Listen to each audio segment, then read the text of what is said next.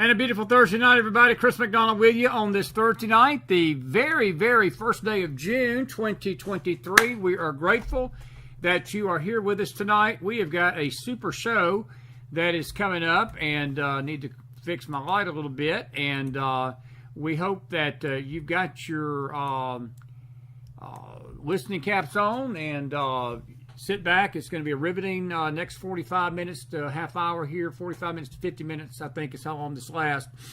We got a brand new guest tonight, January Smith Littlejohn. I'm not going to steal her thunder by telling you all about what you're about to hear. If you're a parent or a grandparent tonight with children in school, then this show is going to be for you. It's probably going to be for all of us, ultimately. I've witnessed, and I'll deal with this on the afterthought after the show tonight. I'm sorry, I look a little razzled tonight. I've been in studio all day with my dear buddy Chris Allman, wonderful session today. Our 8th project, we started the tracking of that. And man, we got some good stuff coming. We'll deal with that more on the face shows this weekend. But I wanted to say this about this interview tonight with January. New guest, first time. I'm going to ask you to please, we can't take your questions. No paragraphs, no links. You can please respect my guest.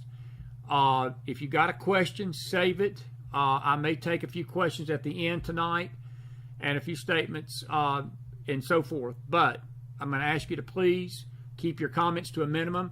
And I don't mean this bad. I do not need your personal experiences about what you're going through at your school. There'll be another time for that, but not tonight. We're going to respect Miss Smith's show and her being here as our guest. Let her tell her story. If you've got a story that you'd like to share, McFilesForum@gmail.com. You can put that in an email to us, send it to us, and who knows, we may reach out to you and let you come on and tell your story. But do not be putting, I did this and my child this and my child that. It's very disrespectful to our guests, so don't be doing that. At the end of this, I'll come back on, have an afterthought. Today is the start of one of the most hideous months this country has been embracing over the last few years. Show about tonight is not quite about that, but it has ties to what's going on. This is what's going on in our school system. And this lady, this dear lady, and she's such a precious person. When you get to see her tonight, you're going to see what I'm talking about. Has faced this head on with their own child, her and her husband. And I want you to enjoy the interview. Please respect my guest. And I'll be back at the end of this to talk with you a little bit about this tonight. And then we'll go from there, okay? Without further ado, we want to welcome to the program Miss January Smith Littlejohn from Tallahassee, Florida, my neck of the woods, Seminole country. Listen to what she's got to say, folks. You'll need to listen to this very intently tonight because this is what's happening here in the United States of America. I'll be right. I'll see you at the end.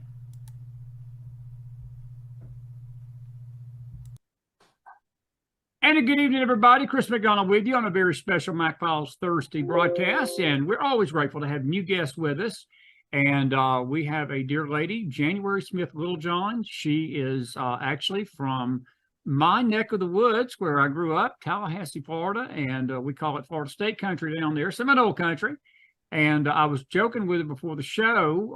Now, if she'd have told me she was a Florida Gator, I may have had to rethink this interview. But she's a no, but we've got a very serious matter to talk about, but we are grateful. She is on our show tonight. Brand new guest, first time. And before I become a bad host, I want to welcome her to the show. January, it's a pleasure to have you tonight.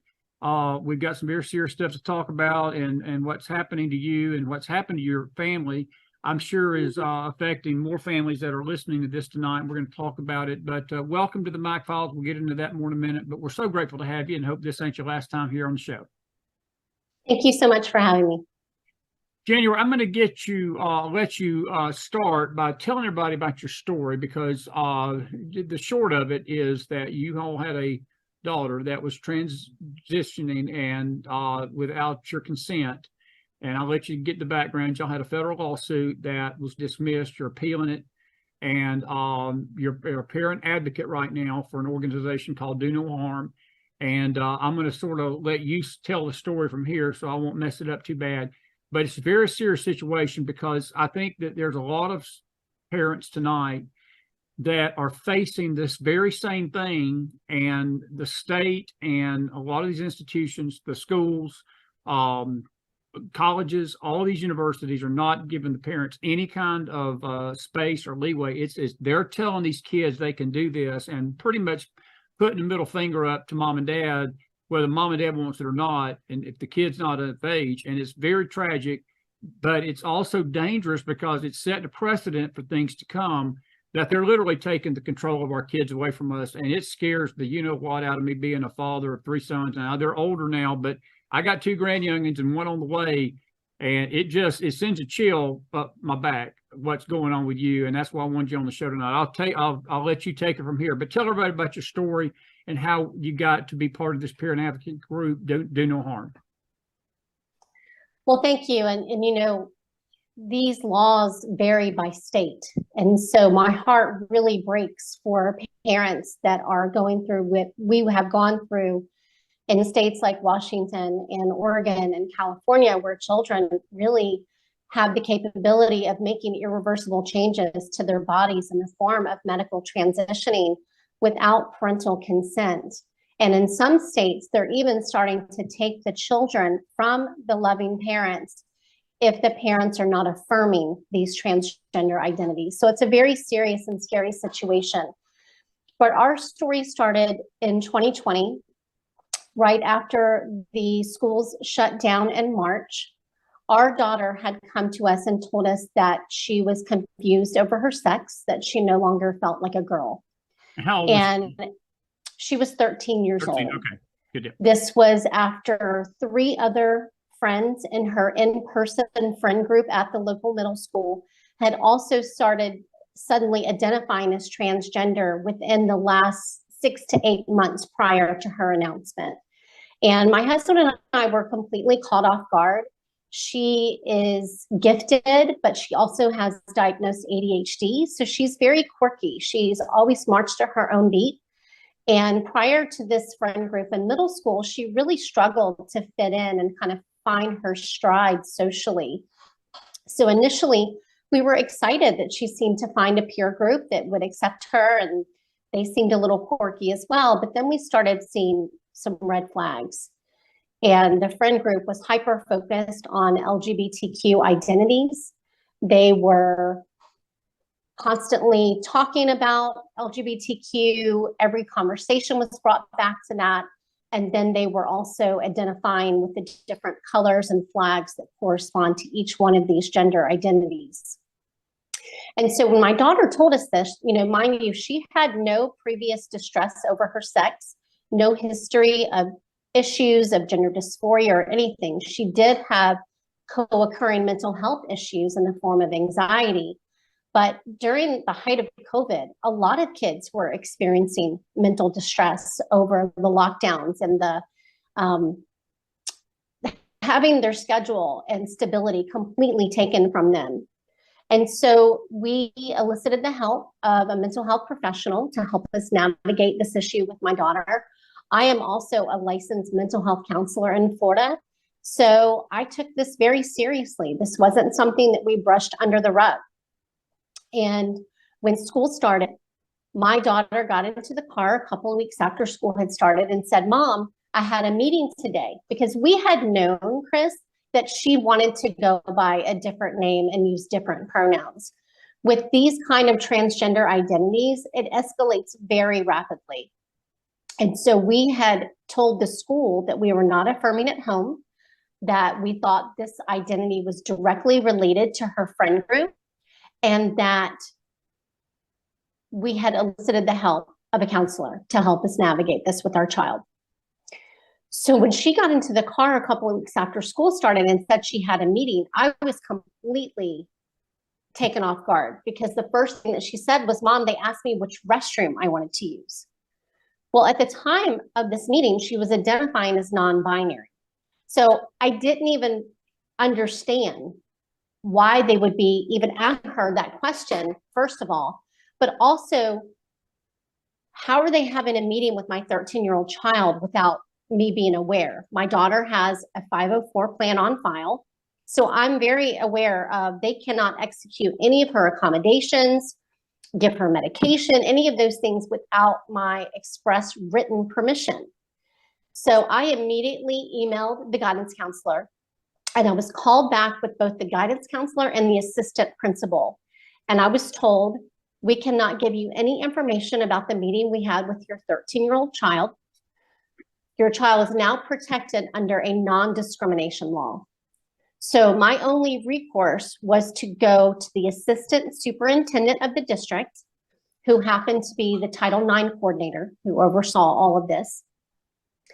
And that's how they left it. So after many weeks of going back and forth, I believe it was 6 to 7 weeks, we were finally given a meeting with the principal of the middle school, and we were shown the transgender, gender nonconforming support plan that they had completed with our 13-year-old daughter without our knowledge or consent. And this was a 6-page document where they asked her questions that would have absolutely impacted her safety, such as which restroom do you prefer to use? Which sex do you prefer to room with on overnight field trips? And then they asked her, how should we refer to you when speaking to your parents? Should we use your birth name and pronouns or your preferred name and pronouns?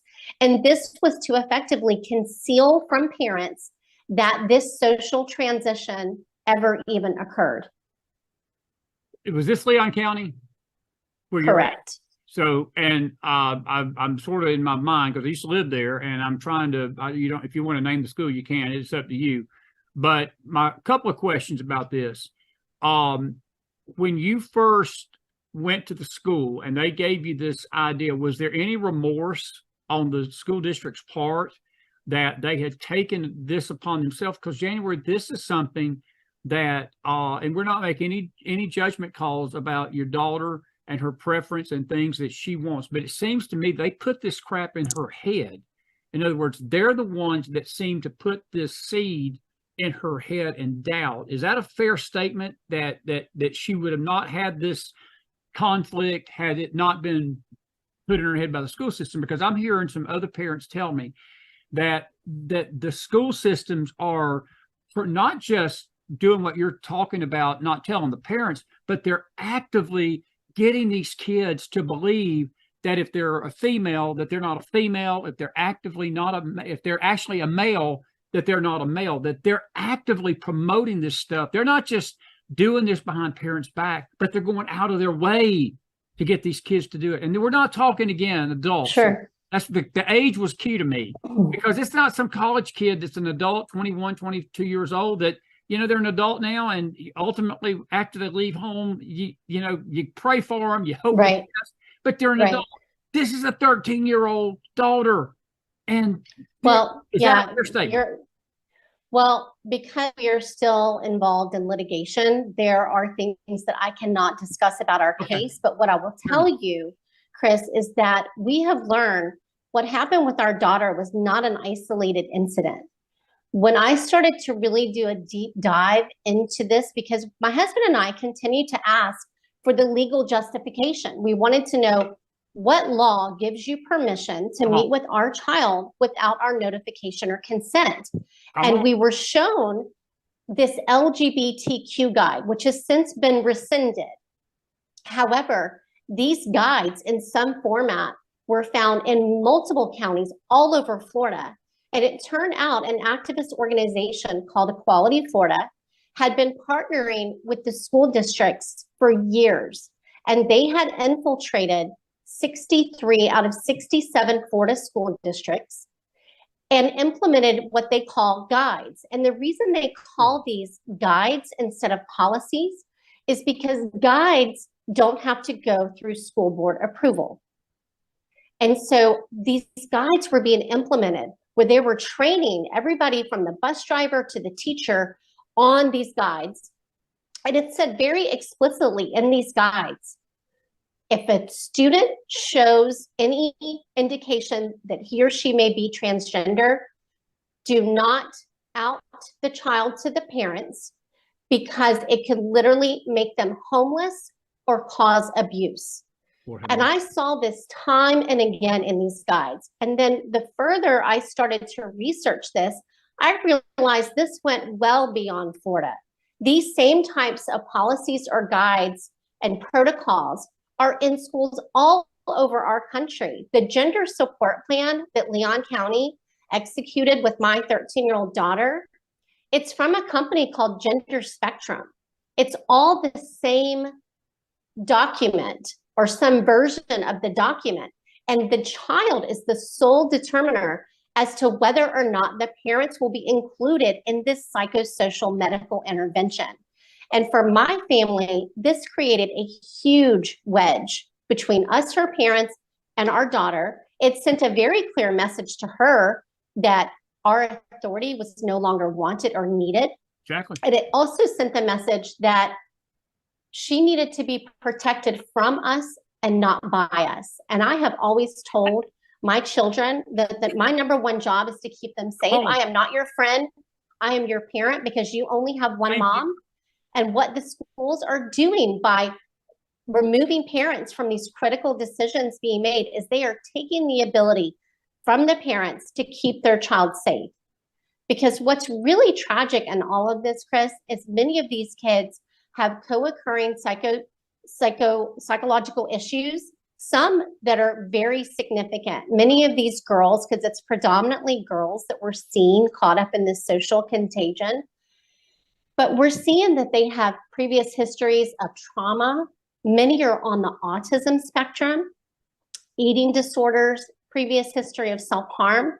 And when parents are not being brought in, those mental health issues are going unchecked and unresolved. And I'm extremely concerned about the overall mental health of these kids. Oh, absolutely. A couple of questions. Governor DeSantis, did y'all take these concerns to the governor? And I'm curious how he reacted when y'all told him. So the DeSantis team has been incredible. And yes, I did take my concerns to their team. I was not the only one. I think that, and I don't know the ins and outs of how all of this worked, but I do believe that other people had alerted some lawmakers to these LGBTQ guides. And so the Parental Bill of Rights was signed into law. Right. I saw that in July of 2021. And then the Parental Rights and Education Law was signed into law July of 2022. And I testified for that bill heavily. I was at every committee hearing because it is unacceptable for parents who know and love their children the most to be cut out from critical decisions occurring in schools. And it doesn't just mean this decision. It means any decision. And, you know, one of the reasons that I went public with our story, and a lot of parents don't, because there's a lot of shame around this issue. I really walk a fine line with protecting my daughter's privacy, but also needing to alert parents and get them aware of what's happening in our schools and warn them. So I was very concerned about a child attempting suicide, because this population is at an increased risk of suicidal ideation. And that's exactly what happened out of Clay County. There was a 12-year-old girl who had, unbeknownst to her parents, been seeing a guidance counselor for months regarding gender issues, and she attempted to hang herself on school property. So the first indication those parents had that their child was experiencing any kind of gender dysphoria or sex confusion was when she was taken away in a police car because she was being Baker acted. That is unacceptable. It's unacceptable. Well, I'm just going to give you a quick story, and it ties to you. It happened up here in Tennessee, but it's been many years ago. My youngest is 21 now, and I remember seeing the first signs of this. It wasn't about gender issue, but it's the same principle of the school overstepping their bounds. He had a hearing issue, but it was basically a situation where it was just one of these fluke things with kids, that some kids have wax buildup in their ears.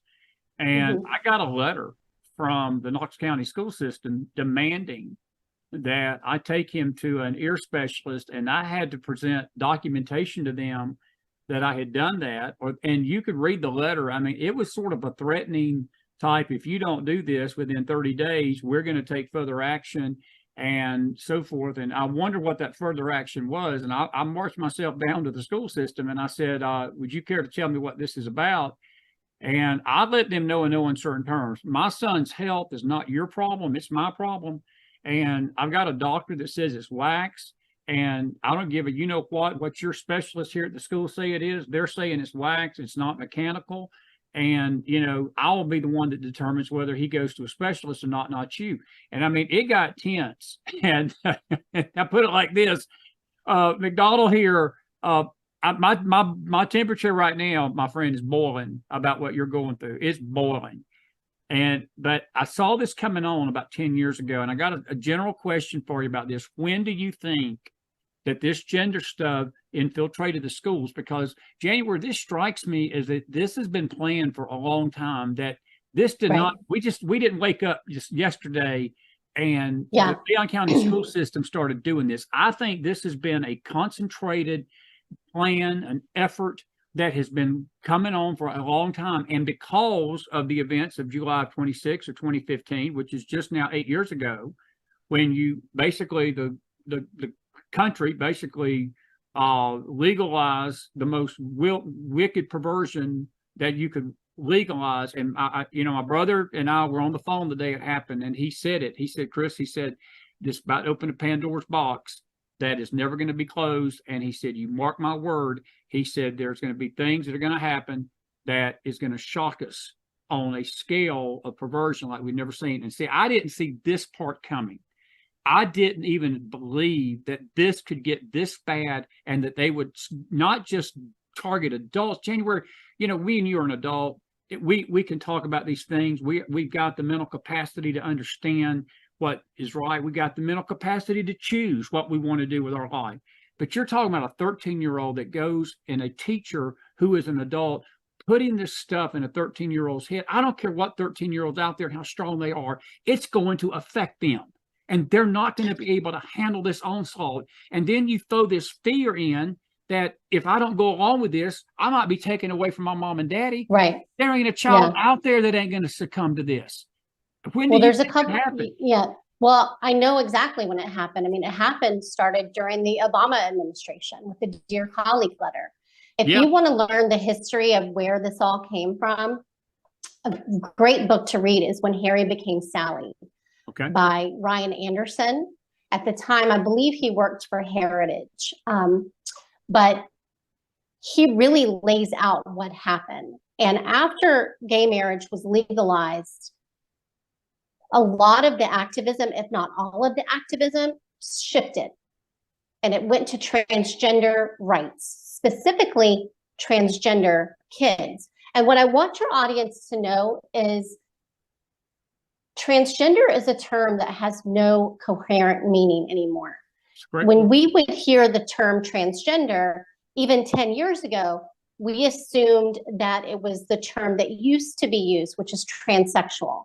So a person who is experiencing extreme distress over their biological sex, who this started in early childhood for, who prefers to present themselves as the opposite sex. Back then, there were safeguards in place even for adults to transition. They had to live as the opposite sex for a certain period of time. They had to endure counseling for a certain period of time. And they even had to have a counselor sign off on any surgical or medical interventions. Today's transgender, it means anything the person wants it to mean, including children. You mentioned the schools. And although I can't go into the specifics of what happened with my daughter, I can tell you firsthand, a lot of this gender ideology, which is teaching children that when you're born, a doctor makes a guess of your gender. And sometimes they guess wrong. And you can choose to be a boy, a girl, neither or both. They are being taught that sex is a spectrum. This is biologically impossible. This is not factual at all. And so like in states like New Jersey, this gender ideology is being embedded from kindergarten through 12th grade. Now, Florida has taken steps through their DOE and then of course the Parental Rights and Education to not teach sexual orientation or gender identity from K through 12. So we're taking the opposite approach to what a state like New Jersey is doing, because we see what's happening. Children who were not confused about their sex at all are becoming confused because of this teaching. And there is nothing more destabilizing to a child and to a child's identity, except for maybe sexually abusing them. But there's nothing more destabilizing to confuse a child over something so innate as their sex. And what we're seeing, the majority of kids that are suddenly identifying as transgender are adolescent girls just starting puberty who already feel uncomfortable with their body. And so instead of these girls being told the message that I was told, that puberty is horrible, it's an awful time, nobody feels comfortable with their body, but you're going to get through it and you're going to become a woman and it's going to be amazing. They're being told if you experience discomfort with your body, it's because you're transgender.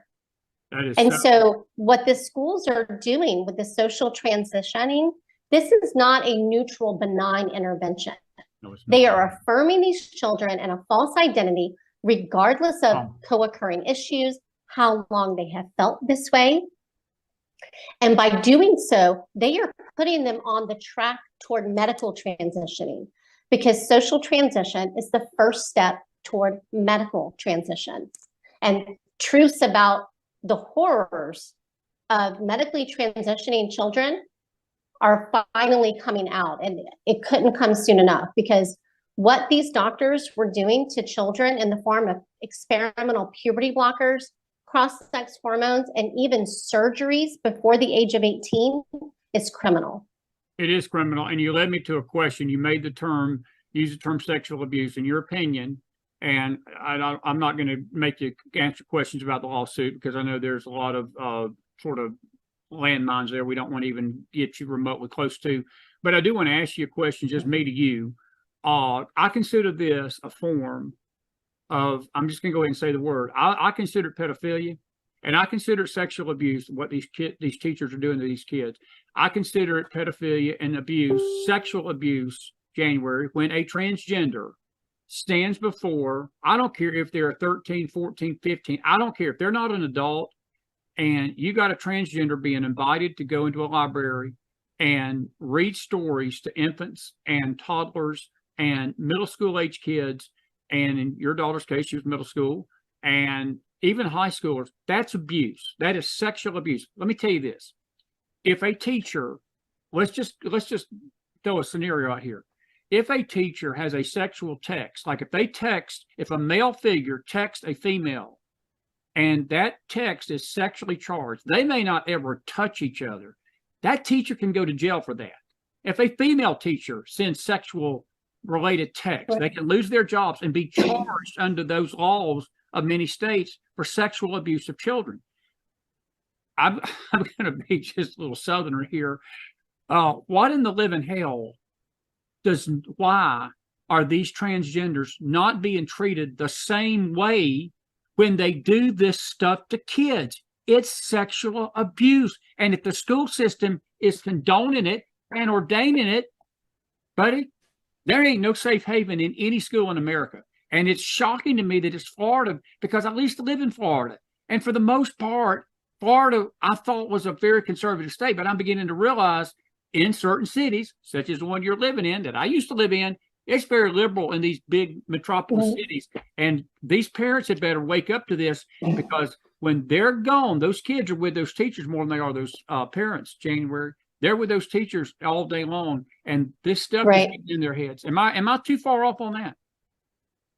Well, I think the bottom line is children cannot consent to this level of irreversible changes. Excuse me. You're fine. And so anybody that knows anything about brain development knows that the brain is not fully developed until age 25. With some of these kids, it's even later, because many of them, like I said, are on the autism spectrum or have ADHD. So it's typically around 27, 28 for these kids. But I do believe there is a parallel that if you believe a child can consent to medical irreversible interventions that are going to impact their future sexual functioning, and that's what a lot of people don't realize, is these drugs that these kids are being taken. And let me just be clear, this is all based on self-ID.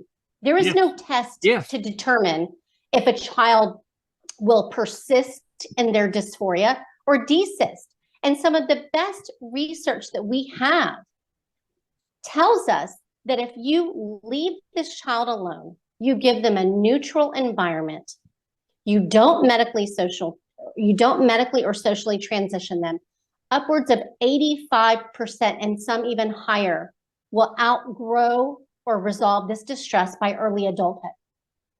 So what are we doing? to these vulnerable kids when they cannot consent. No, We know that they can't. They can't. Let me ask you this, and after this, I want to move on to your organization a little bit, but I do want to ask you this from a parent standpoint, not so much, because before I ask this question, let me ask this one. The medical danger. You mentioned the medical danger. We're talking genital mutilation here. We're talking things. I just had a nephew that came back from Africa. He was on a missions trip for about a year over in Tanzania. He came back and he told his uncle, he told our show some of the most horrific stories that over there, the government is basically sponsoring genital mutilation of girls and genital mutilation of boys from the government standpoint. And to me, I mean, that's a third world country over there. That's in the backwoods of Africa that there's civilization. I mean, no offense, but we're not talking, it's a very barbaric kind of atmosphere over there where he was at.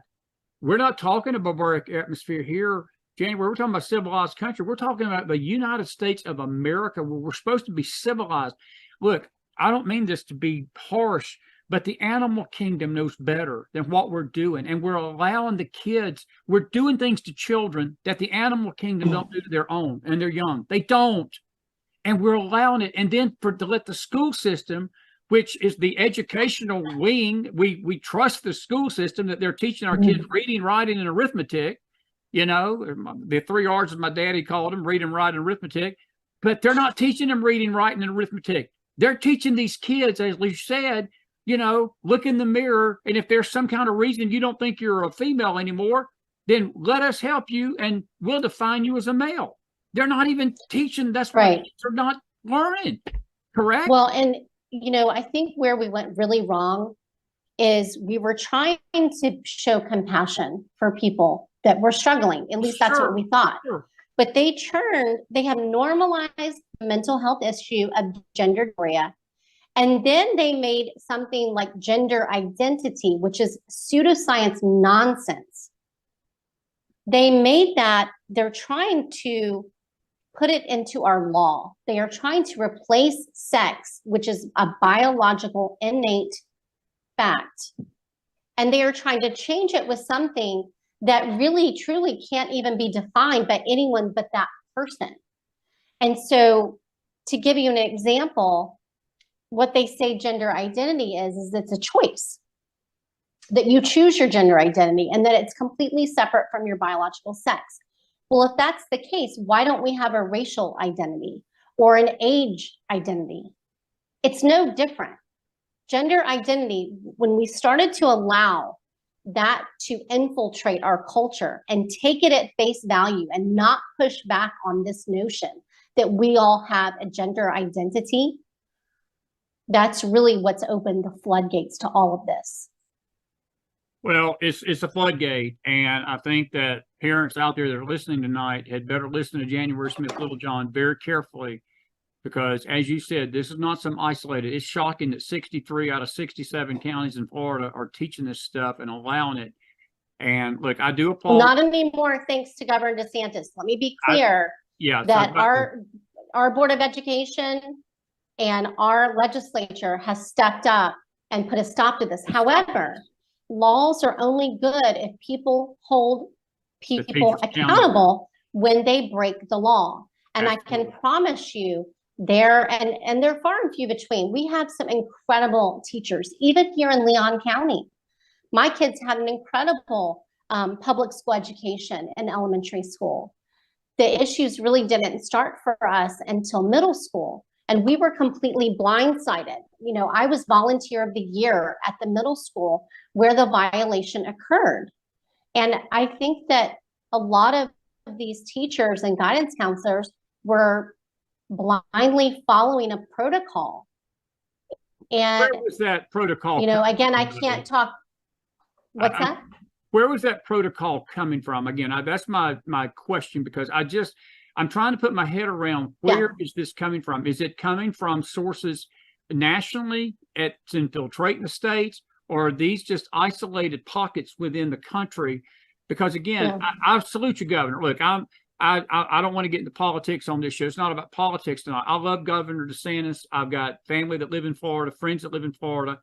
He's done a great job for that state. I'm not certain he's presidential, my choice for 2024, but I understand why he's running, and he's done a great job. And in this case, in this situation, he has got my utmost respect for standing up for kids. He does.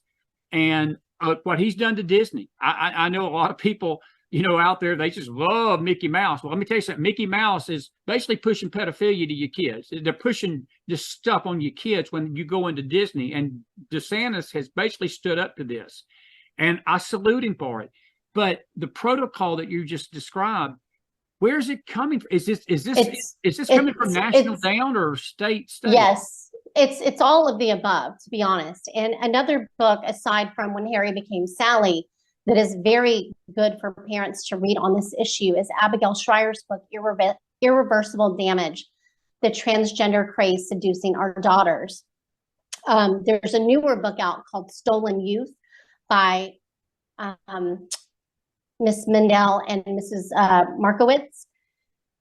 But Irreversible Damage lays out where these are coming from. And so you've got really very powerful organizations like GLSEN, the Trevor Project.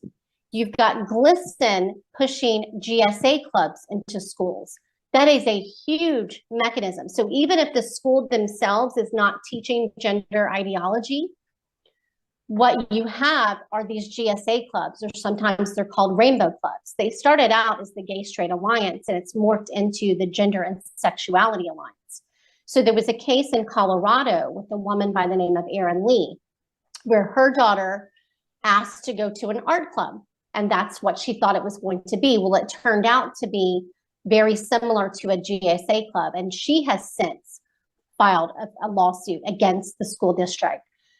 But the bottom line is this. I mean, you look at what the President Biden's doing under the HHS secretary. This is all being pushed even at the UN level. Correct. So gender ideology as a whole has infiltrated every aspect of our culture. And organizations like GLSEN have pushed it into schools with the help of activist organizations on the ground, like Equality Florida, Equality Utah. If you go to your state and look up the prominent LGBTQ organization, chances are they are trying to infiltrate the schools in some capacity. You also have pediatric gender clinics in big states. And so sometimes you will see the pediatric gender clinics partnering with the schools. And it's all under the guise of safety and anti-bullying and inclusion. But this is indoctrination of the worst kind. Absolutely. So I would encourage your listeners to read both When Harry Became Sally and Irreversible Damage, and even look up Stolen Youth, because it really gives an overall picture of why and how we got here. And in terms of messaging, one of the reasons why you don't see accurate reporting on this issue is because of organizations like GLAAD, G-L-A-D-D. They are to ensure that the Associated Press is using the preferred pronouns of even criminals. It's very confusing to read stories right now about perpetrators that are committing crimes when you're trying to be politically correct and use the correct pronouns. Like you'll see headlines like, person was raped by woman. Right. Like none of this makes sense. And so when we started pushing political correctness over common sense, come on, buddy, that's when we really allowed all of this to go in, because then you allowed this very small population to have a really loud voice and to silence people that were genuinely concerned, not from a bigoted perspective, but from a perspective of this is not what's best for people struggling with gender dysphoria. Do these medical transitioning procedures that are very radical and sterilize children, do they even work?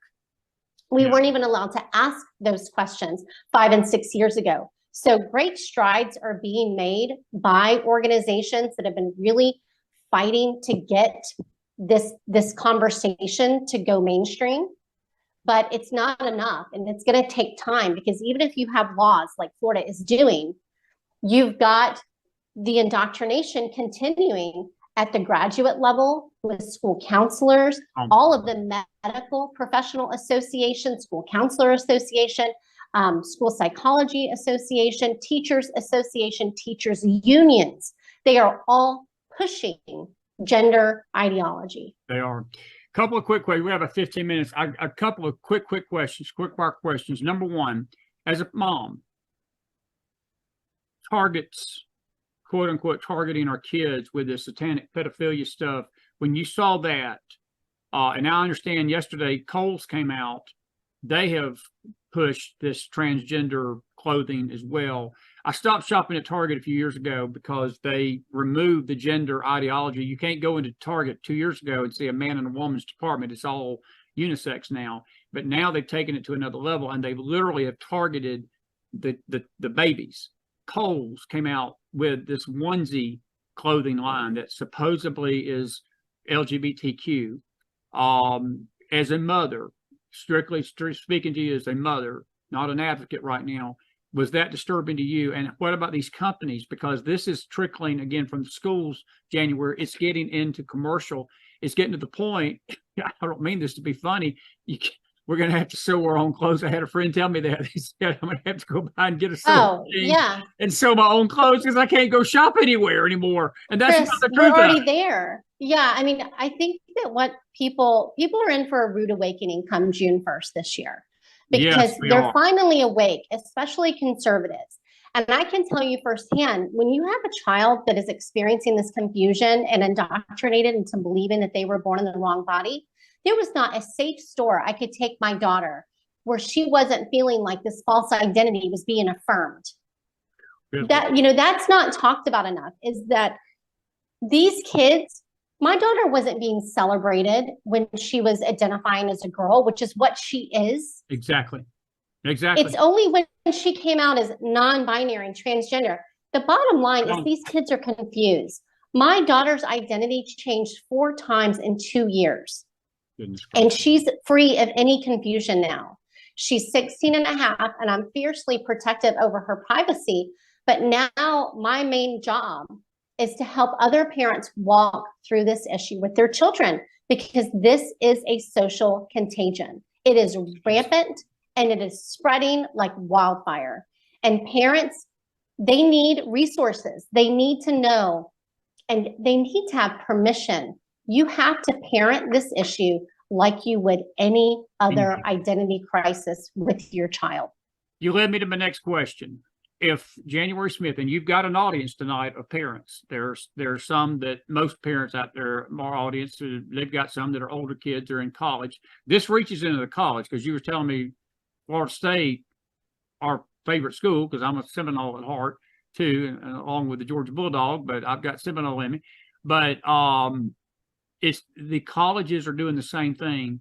But my question to you now is to the parents that are listening to us tonight with high school or below kids. If January Smith could talk to them, Littlejohn could talk to them tonight and say, this is what you need to start doing, and whether their children started this process or not, whether their kids are being affected by this or not, they will be eventually. What is your advice to kids and parents? Because my advice to them is get them out of this demonic system and homeschool them. That is, I've been screaming that for a few years now. We've had several people on our show over the last 6 years that have warned parents that this was coming. You better get your kids out of this public school system, but there's some that can't. But if they're in public school, January, what do you suggest they do? Because it's gotten to the point you better be monitoring what these kids are being taught every day. And that's going to take some activism on the part of mom and daddy to not just think that everything's just kosher down at ABC elementary school, because it's not so kosher. Your kids are being fed this crap every day by these teachers, because some of these teachers are transgender. And it's not, I mean, it's not just the teachers though, Chris, and I want to be very clear about that.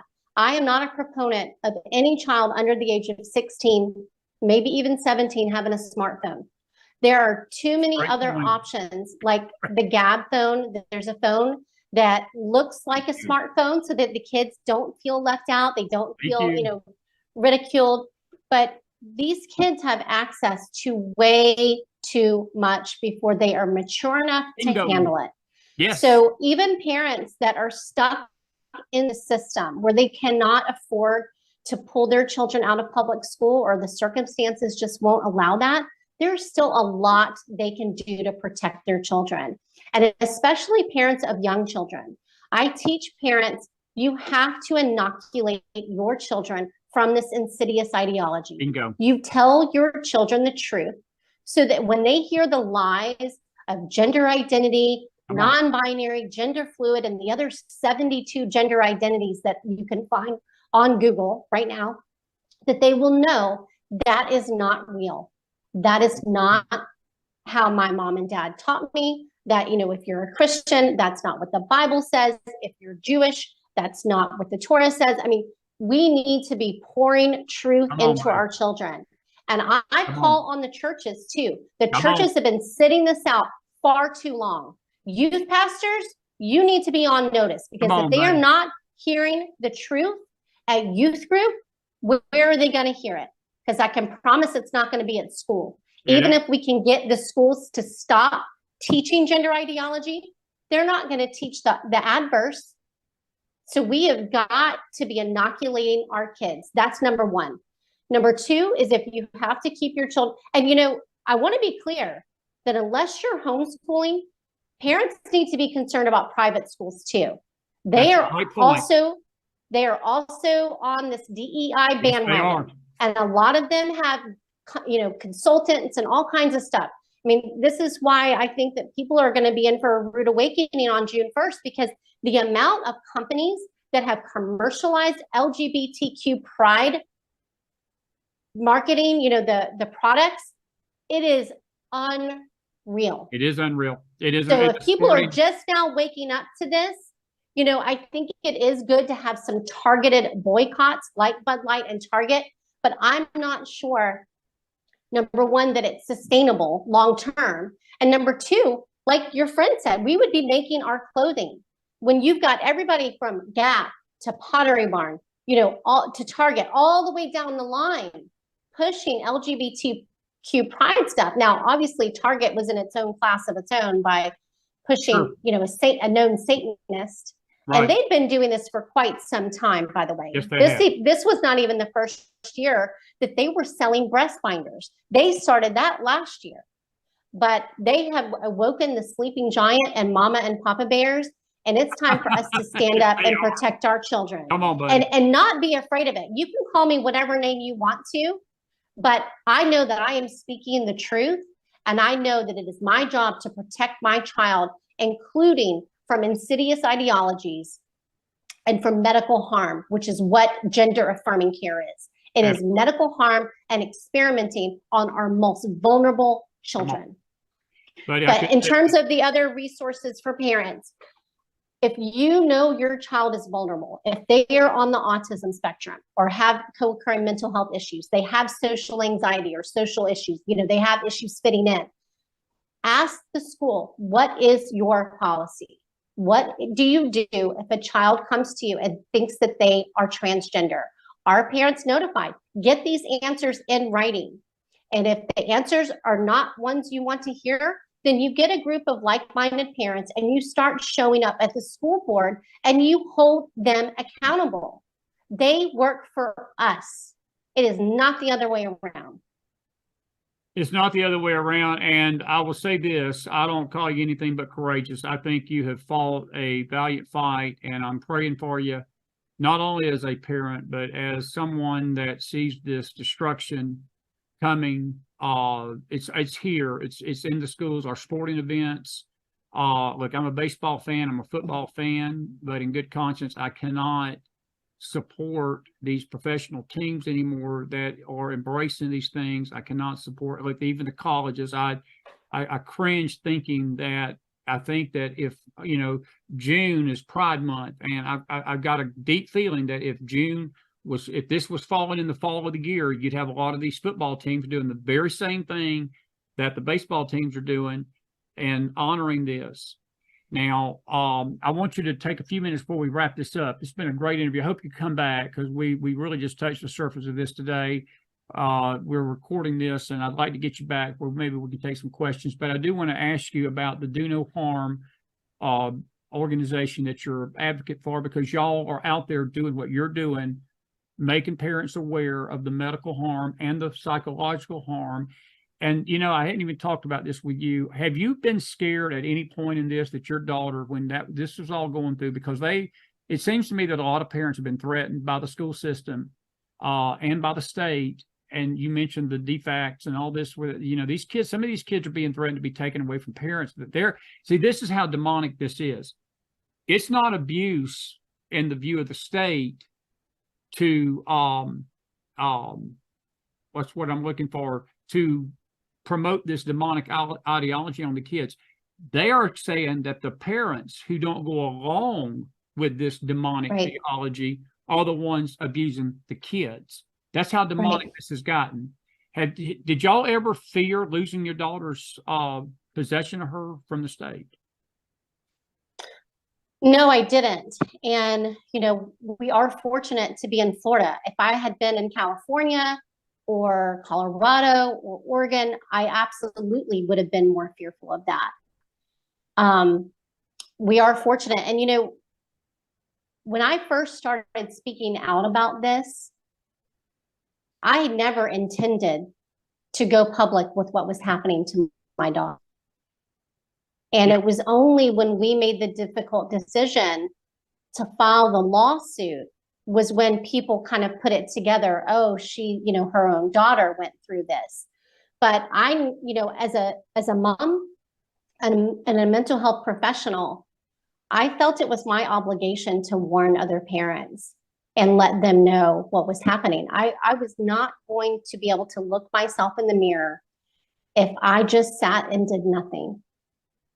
This is so incredibly insidious. And so, you know, what I try to do as a parent advocate, I'm a senior fellow with Do No Harm, is I try to not just help parents navigate this with their children and give them the resources that I wish I would have had, but I also empower them to talk to people. Not everybody has to do what I'm doing. I know that this is not easy. And I know that especially when you're in liberal communities like I am, the gaslighting is relentless. Absolutely. But what you can do is have one-on-one conversations. Drop pamphlets into pediatricians' office. Talk to your doctors about what's happening, because many of the pediatricians who are a part of the American Academy of Pediatrics have absolutely no idea that their professional organization is pushing the mass sterilization of these kids, because that's what these drugs lead to. It leads to sterilization and destruction of their future sexual functioning. You mentioned the genital mutilation. There is a lot of parallels, because we are actively experimenting on children right now in ways that we never have historically. Without a doubt. And so some of the things that we are now seeing in detransitioners, and for your audience, a detransitioner is someone who has medically transitioned in some capacity and then detransitioned and gone back to identifying as their biological sex. But many of them have torn vaginal cavities because the testosterone thins their vaginal wall so much that when they have intercourse, they experience tearing. We've got women that are put into premature menopause. We've got children experiencing osteoporosis from the puberty blockers. And they're thinking that it also lowers IQ because, excuse me, when you stop a child's puberty, you're also stopping that brain development. And these are things that we don't fully understand. We've never stopped a child's puberty forever. You know, you'll hear people say, well, puberty blockers are FDA approved for precocious puberty. That is meant to be very, very temporary so that that child can then go through the natural process of puberty. But Do No Harm, they have only been around for a little bit over a year, and they are making tremendous progress in shining a light on all of this ideology that has infiltrated our medical schools and our professional associations. Listen, DoNoHarmMedicine.org is the website. I encourage our people to go visit that. And these books, our moderators have put these books in the chat room to read. January, this has been incredible stuff. I'm both honored to have you tonight, but I'm also numb to what I just heard coming from what you all have gone through. And again, I don't want to get in the weeds with that right now, but I do want you to know that as a McFiles audience, we're praying for you and your family. I'm personally praying for you guys. And Thank you. I'm praying for all these children that have gone through what your daughter, and it's good to hear that she has come through this in fine colors, because I know not all kids have. No, which is why I speak out, because I feel like not everybody's as fortunate as I am. Well, and some of these families are being completely ripped apart. If I can just give a couple more parent resources in case parents are struggling with this with their own children. Genspect.org, GENSPECT.org is a wonderful resource for parents, giving them a voice. The other one is Parents of ROGD, which stands for Rapid Onset Gender Dysphoria. This organization has parent support groups that are confidential in almost every state. So if you have a child that is confused over their sex, I want you to know there is hope. I want you to know that you are not alone. And very soon, Do No Harm, our website, will have a resource page specifically for parents and even therapists and doctors that would like more information on how to treat individuals, because we're going to have a whole population of people that have been irreversibly medically harmed that are going to need psychological and medical care like you wouldn't believe. Absolutely. I want you to come back sometime in June. We're going to be airing this tomorrow night, which is Thursday night, actually will be the first day of June. But when I say later, because we're going to be in the middle of Pride Month, and I do want you to come back and go live with us, because I know there's a ton of questions out there. I can almost see it, and we got this recorded tonight. But I want you to stay in touch with me, and let's do this again and maybe get some questions from our audience. But I want to thank you so much. And I want to just read this, and I've got the picture. You know, I saw it on your Facebook page today. You said, a mom is a human female who protects her kids from gender ideology, and a dad is a human male that protects his kids from gender ideology. And I love what you called them, the mama bears and the papa bears. We got mama bears and papa bears up here in the mountains, literally. But we've also got two-legged mama bears and papa bears out there. And I'm going to tell you something. I think that's the only hope we've got for this country, that the parents step to the battle. And I think that this is shaking us up to realize we better start protecting our kids, or we're not going to have our kids. They're going to take them from us. And God knows what's coming down the road. You got 1 minute. Final thoughts. Wrap us up. Thank you so much again. And I'll say goodnight after this. What's your final thoughts tonight? 1 minute. Well, I'm just so grateful for the opportunity to share our story and to hopefully educate other parents about what they can do. We are fundraising for our appeal. So if you feel inclined, we do have a Gibson Go. It's gibsongo. I can send you the website to post, but it's gibsongo.com, Littlejohn Appeal. But I'm just incredibly blessed for the opportunity to be with you. And I hope that any parents that are struggling with this issue know that they're not alone, and know that there is hope of walking your child through this confusion with compassion and love. Amen. January Smith Littlejohn, everybody. Put some fire in that house fire, and I'll be back with a few final thoughts after this. My friend, thank you so much, and I will be in touch with you very soon. And thank you for a great interview tonight on the McFiles. What a show tonight, folks. That's January Smith. She said, thank you, Chris, before the thing went off. We didn't mean to cut her off there. I wanted to show you those pictures right there. Beautiful couple there. I think that's her husband in the picture on the left. Mom and dad, a human female who protects her kids from gender ideology. A human male is a dad who protects his kids from gender ideology. And I cannot help but say a hearty amen to that on this Thursday night, the first day of June. Folks, what you heard tonight is coming from a real-life parent. We didn't bring some big-name person out of the national limelight to talk to you tonight. We got a individual that's just like all of us. She's raising her kid. Her and her husband, just middle-class folks. They're good folks, good folks. I could tell talking to her yesterday when we were recording this that this was a gem. And we're going to have January back on. And next time she comes, we'll have her on live. And maybe we can take your questions. And I want to thank you all as an audience tonight. Y'all did a wonderful job out there listening. And I hope that you got something out of this. If you have a question or two, please put it in. We got about 10 minutes. I got a few things I'm going to say about this tonight. I'll read your comments. Patty, it is very sad, but it's very true as well. And that's what makes it sad. It makes it very dangerous what's happening.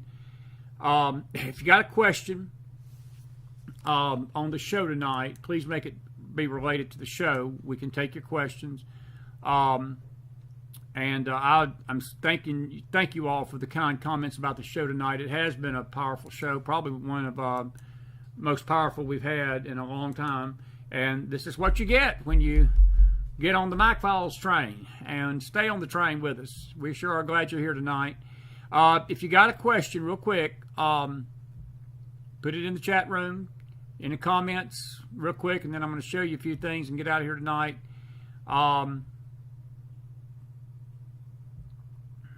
Good to see Curtis, Ken, Susan, Patty, Roberta, Julia, Carol Smith.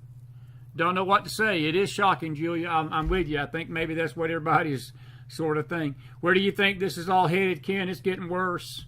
It's getting worse. We're not even tipping the iceberg right now. I think where it's headed is that the parents are going to be facing the threat if they continue to keep their kids in public school. They're going to find their children being taken from them if they don't push this ideology and allow the schools to push this ideology on their kids. That's where I see it headed. And I think that that's a real possibility. I've got a dear friend. Up in Morristown. He's going to be coming on the show here probably this month. And him and his wife fled Germany because they wanted to homeschool their kids. Germany tried to prosecute them. They came to America. The Obama administration tried to extradite them back to Germany. This took place back 2017. I interviewed him for the Great Smoky Mountain Journal when I had the newspaper. This has been back 6-7 years ago now.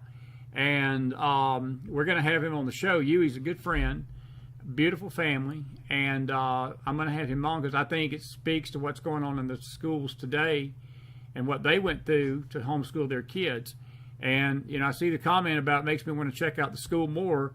And Eve, I understand that, but that's part of the problem. We should have been already checking the schools out. And we should have already been doing that. I mean, that's part of the problem. Bear says, I fear the country's headed to civil dispute. Who knows about that? But I think the parents had better stay vigilant about what's being taught by their kids or taught to their kids. Mark Cason says, this is unreal. Maybe it's good I don't have kids because I'd lose this. Is ridiculous. I would lose it too, Mark. Look, I thought about that while she was saying what she was saying, buddy. It would not have been a good look for the McFiles host if this would have been going on to my youngin' in these public schools. Let me tell you something. I'd have been on YouTube all right, but it wouldn't have been on the McFiles podcast. I can tell you that right now. Sheila D., that's another thing, and I'm glad you brought that up. She says, I can't believe the private schools are getting on the bandwagon. Our school will not be. I know yours won't, Sheila, but there are some private schools that are. And that's why you better be careful. And then when you say, well, we'll just take them out of public school, put them in private schools are no better, folks. A lot of these administrators in these private schools are closet homosexuals. They're closet lesbians. They're closet transgenders. And they're just as woke as anything in the public school system. Look, you had a teacher, and I should have brought the video. I'm going to find it. Of this girl. We had it on the YouTube. We had it in our Telegram room at the McFiles.org. But she was basically telling the parents that if you put your kids in public school, you've got no right to complain about what we teach them because, as she said, it's a public domain, sort of like an internet thing. I disagree with that, but that's how they feel. And I think if you sued a few school systems over it, then I think that would be challenged. I'd like to see her prove that in a court of law. But the way this justice system is messed up, I'm not going to say that wouldn't fly.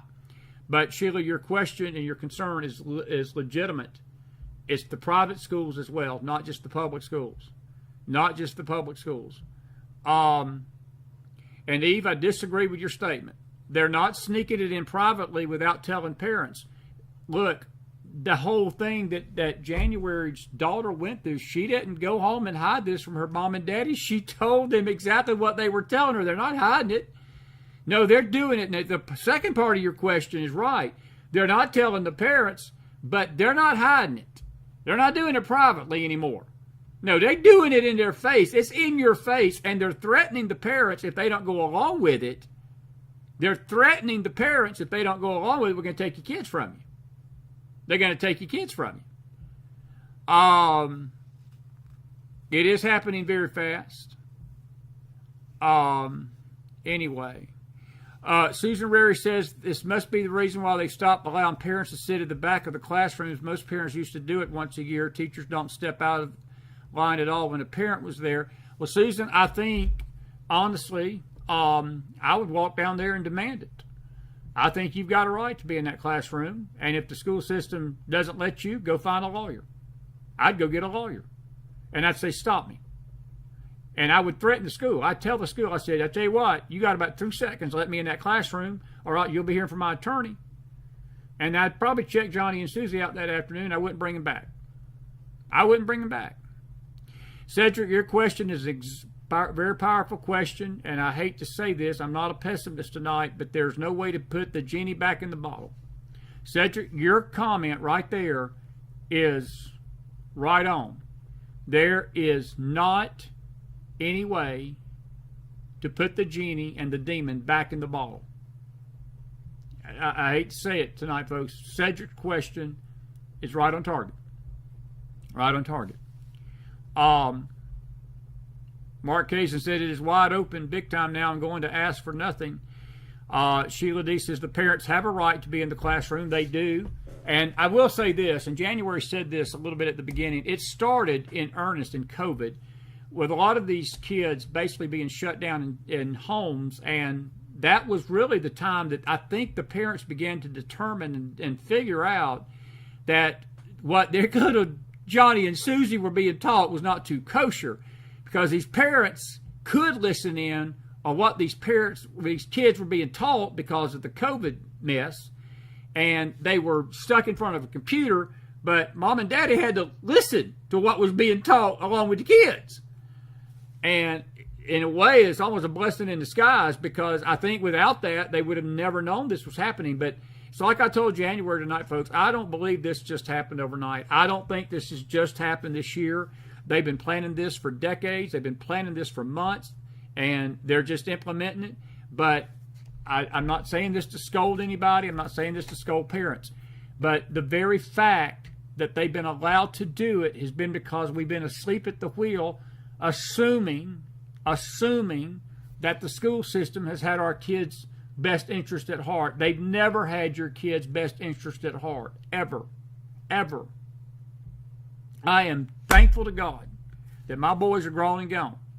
But I got 2 grandyoungins that ain't grown and gone. And I got a 3rd one on the way, a little granddaughter. And I'm telling you, I'm thanking God tonight for my dear son, Brandon McDonald, Christopher Brandon McDonald. His name's Christopher too. Him and Alyssa have decided to homeschool these kids, and I'm so proud of them. Because that's the only way, as January said, she said it tonight, folks, that's the only way to keep your kids from it. I don't care what kind of school system you're putting them in, you're not going to keep them totally shielded from this mess, because this mess is touching all aspects of the educational system tonight. It's touching it all. Mark Casey says, I can't stop you from doing that. I was working with a special needs child of a friend of mine. I was helping him with his science project, and I went and sat in the back of the classroom. Very true, Mark. Thank you, buddy. Don't let these school systems intimidate you guys, folks. Your child is your child. It's not the school systems. They got this crap wrong tonight. And I want to tell these school administrators something. I hope you enjoy your summer. But you've got some mama bears and papa bears. We're going to be sitting at your doorstep come September. And if you keep teaching this crap to our kids, we're yanking our kids out of the system. I would admonish our parents to do that tonight. But I will tell you right now, for those that can't do it or don't want to do it, we're going to hold your feet to the fire. We're going to report it. Jill Baylor says parents have a legal right to visit their child's classroom according to the law. They may be under a particular time frame, but it is not legal for them to say no. Jill, it's not, but most parents get intimidated by the threats at the school, and they don't need to be. They don't need to be. You need to be mama bears and papa bears. Mama bears and papa bears. Mama bears and papa bears. Elizabeth Lacey says, I've got a grandson headed to public pre-K next year. Well, Elizabeth, I tell you what, as grandma, I would be down there and I would be finding out what them people are teaching, because that's the age they're targeting. Your grandson is the age they're targeting with this stuff. Thank God that with act of God, January's daughter is now okay, but she wasn't okay. She wasn't okay. Anyway, Sheila D says our children are our responsibility to teach them God's ways. That's exactly right, Sheila. Deuteronomy 6:4-6. You're exactly right. It's not the school system's responsibility.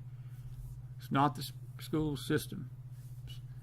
And folks, I know that not all of you can homeschool, but I would sure do everything in my power this summer to rearrange priorities. If you've got kids, to do what you got to do. Tough it out.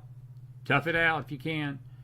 That's one reason why we're so proud of the Beautiful Gate Christian Academy in Mississippi, what Sheila D is doing. I know those kids ain't getting taught this mess. They're getting taught about Jesus. They're getting taught about Jesus. They're getting taught about Jesus. Did you enjoy January Smith Littlejohn tonight? I don't know if she's out there in the chat room, but I sure am grateful for her tonight. I tell you what, it's been one of the... This is going to get into the top 5 of all-time shows on the McFiles. She made the top 5 tonight, maybe even the top 3. And we've had some good shows over 6 years, but this one tonight, I tell you what, it took the cake. I hope you enjoyed it, and I hope you will join us when she comes back, and we'll get her on soon. I got to get a date for her. And Elizabeth, I'm glad. I'm really glad about you trying to homeschool her, dear. I'm praying for you guys. I truly hope that can happen. Joanne, you say they need to defund these schools. Good luck on that. They ain't going to defund them. The government ain't going to defund them, Joanne. The government's behind this mess. The government's behind this mess. The government's behind this mess. And Julia, I don't know what comment you feel like you did that upset me. You didn't upset me. I didn't see anything that upset me any. Roberta, good to see you tonight. Carolyn says excellent. Curtis, fire in the house. Tracy, Deborah, all our moderators in the house tonight. Looks like Jenny Hayes. Melba Hall, thank you for this show tonight. Thank Miss Littlejohn Smith for coming on, and I appreciate her. Kathy Long's in the house, grateful. Sharing her story. Donna, how far away do you think before our government will start taking parents' rights away from homeschooling? Donna, that's the next frontier they're fighting. They're basically fighting. They're basically fighting to do just that. And it's a good question, and it's soon. That's why we're trying to get Huey Remeke on. Huey fought this. He fought this fight to keep his kids at home, head on, with not only Germany's government, but our own government, and they won. And just as soon as I can get a date for him to come on, we're going to have him on this month. We're going to talk about this. He'll be a new guest. He's never been on our show. I interviewed him for the newspaper. But y'all need this information tonight. Ken Anderson, good to see you tonight. You and Carrie, hope Carrie's doing better. Carolyn, thank you for your kind comments. January is fighting this evil. Absolutely. She's fighting this evil. Susan Rary, good to see you guys. All of you out there. Susan, Sheila D, all of you. Gloria, Jill, Bear. Bear, you say you can't escape it. Well, no, we can't escape it, but we got to fight it. We got to fight it. We got to stand up to it. We got to stand up to it. We need more Januaries. I'll agree with that. We agree with that. I'll agree with that totally there over in Facebook, Liz Golden. Good to see Corey Aguilar in the house tonight. All righty, now, did you enjoy this tonight? I got to show you a couple of things, folks, before we go tonight. Your screen is going to go dark in a minute, but I got to show you what's going on. I got to show you what's going on. If you'll give me 1 minute, and hang in there with me just for a second. Your screen's going to go dark just for a second. There it is, but it's not going to go dark for long. I want to show you this website tonight. This is a pro-LGBTQ website, and they're celebrating the fact tonight that 29 Major League Baseball teams will support their LGBTQ fans with Pride Nights in 2023. It's not just the Dodgers. I am sad to report that the Atlanta Braves are doing it. Arizona's doing it on June 17th. Atlanta's doing it on June 15th. They're going to give away caps. Progress Pride will basically be worn by the Rockies and the Braves. Not cool. Baltimore Orioles, June 28th. Boston Red Sox, June 13th. Chicago Cubs, June 13th. Chicago White Sox, June 21st. Cincinnati, July 21st. Cleveland, June 9th. Colorado, June the 9th. Detroit, June 13th. The Astros, June 20th. Kansas City, the 16th. The Angels, the 7th. Just a few days. LA Dodgers. The Dodgers have gained attention. If you look in the background, you see that thing? But they are basically inviting the Sisters of Perpetual Indulgence. And this website's saying that they deserve the loudest ovation. I want you to look at that right there, folks. I want you to look at that, what they're saying. They're mocking the faith. They're mocking people of faith. They say, in the end, the final score was Forces of Good 1, Religious Right Outrage Machine 0. The impossible has happened. And I want to say, I hope this is not last year's website. I don't know why they're saying that past tense, because these guys are going to be back. And let me see what the date of this article is. Well, it's 2023. This is just today, May 31st. It was yesterday. So they're mocking the right, the religious right outrage machine, nothing, forces of good. They're calling good evil, by the way. Let me come back over here and tell you something, folks, by that statement, and you better hear this broadcast. They're calling good evil and evil good right there. They're basically saying the forces of good is the LGBTQ movement. I strenuously disagree. Strenuously. Vehemently. Miami, May 31st. They've already done theirs. They did it last night. Milwaukee, June the 7th. Minnesota, the 16th. The Mets, the 16th. The Yankees, the 21st. The A's, September the 1st. They're doing it late. The Pirates, June the 9th. Philadelphia, June 23rd. You can see the Liberty Bell. That's Philadelphia's Citizens Bank Park. They've turned the Liberty Bell that color. That's a disgrace and a slap in the face of our veterans. San Diego did it in April the 14th. They've already done it. San Francisco, June the 10th. Seattle, June 13th. There's the Seattle fans with the pride balloons. St. Louis, June the 9th. Tampa Bay, June the 10th. Toronto, June 9th and 10th. Washington, June the 6th. Texas, maybe next year. Texas is the only team that has refused to host a Pride Night. Maybe next year. Let me come back over here and say this tonight. I've always liked Bruce Bochy. He is the new manager of the Texas Rangers. Texas, I salute you tonight. You've just become my new baseball team. Screw MLB. And I love the Braves. I've grown up a Braves fan all my life, but they've got no courage in that. I'm a Rangers fan tonight. I'm a Rangers fan tonight. One team had the courage to say no to this mess this year. Texas. Salute. Go Rangers. Go Rangers.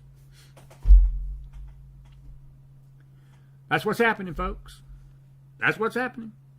Now, a couple of other things. I got a few other pictures I want to show you before we get out of here tonight. If you think this is bad, folks, it's just the beginning. It's just the beginning. It's not just MLB.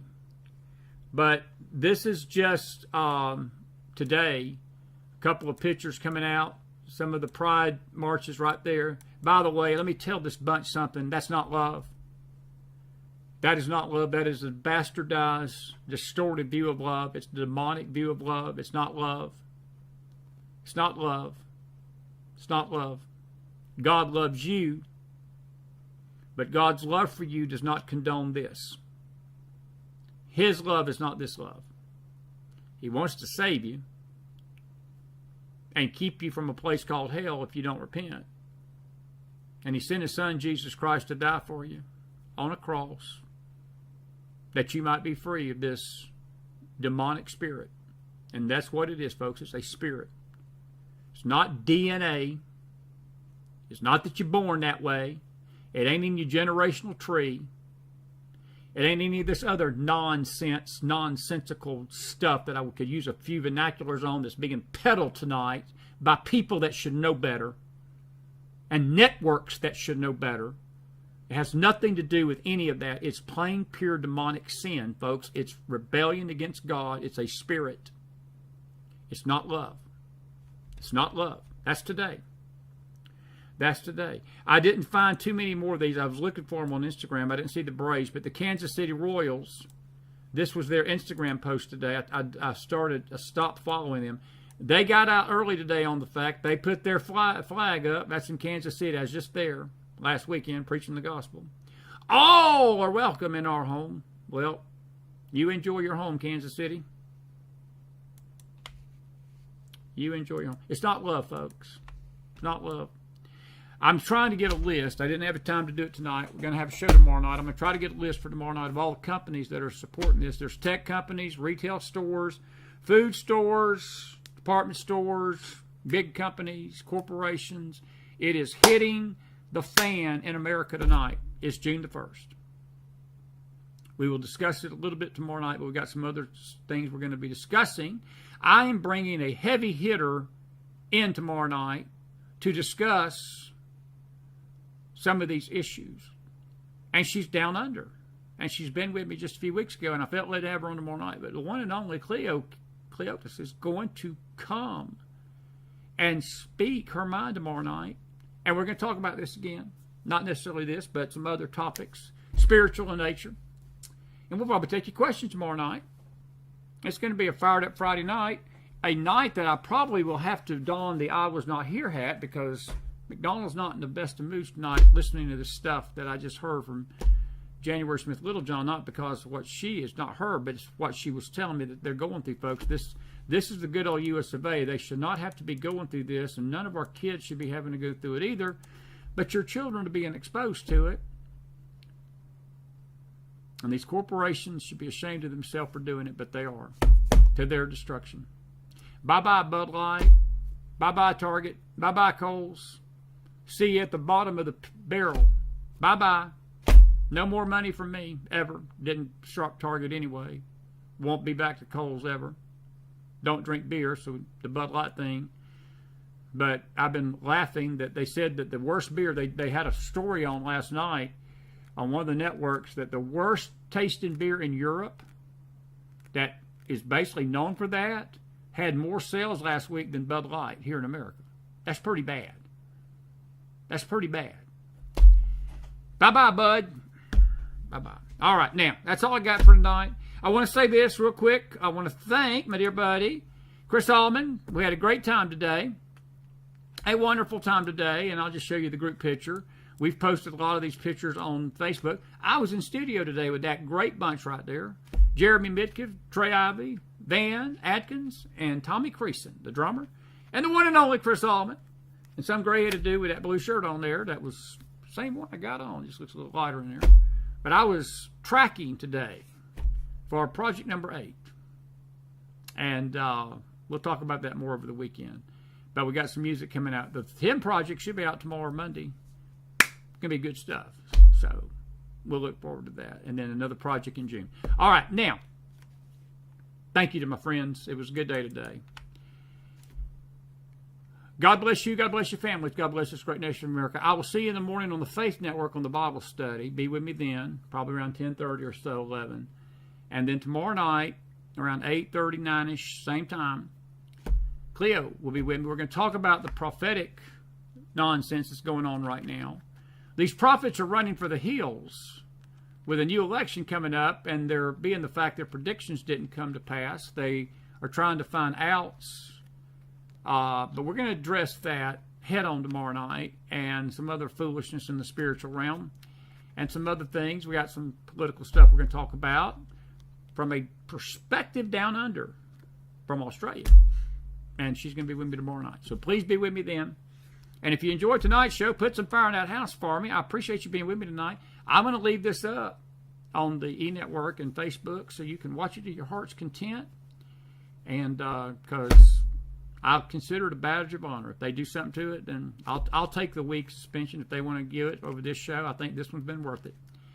But I'm going to leave it up. McFiles.org is our website. I will see you tomorrow. It's been a long day, so I'm going to say goodnight now. Hope you enjoyed the show tonight. Put some double fire in that house if you did.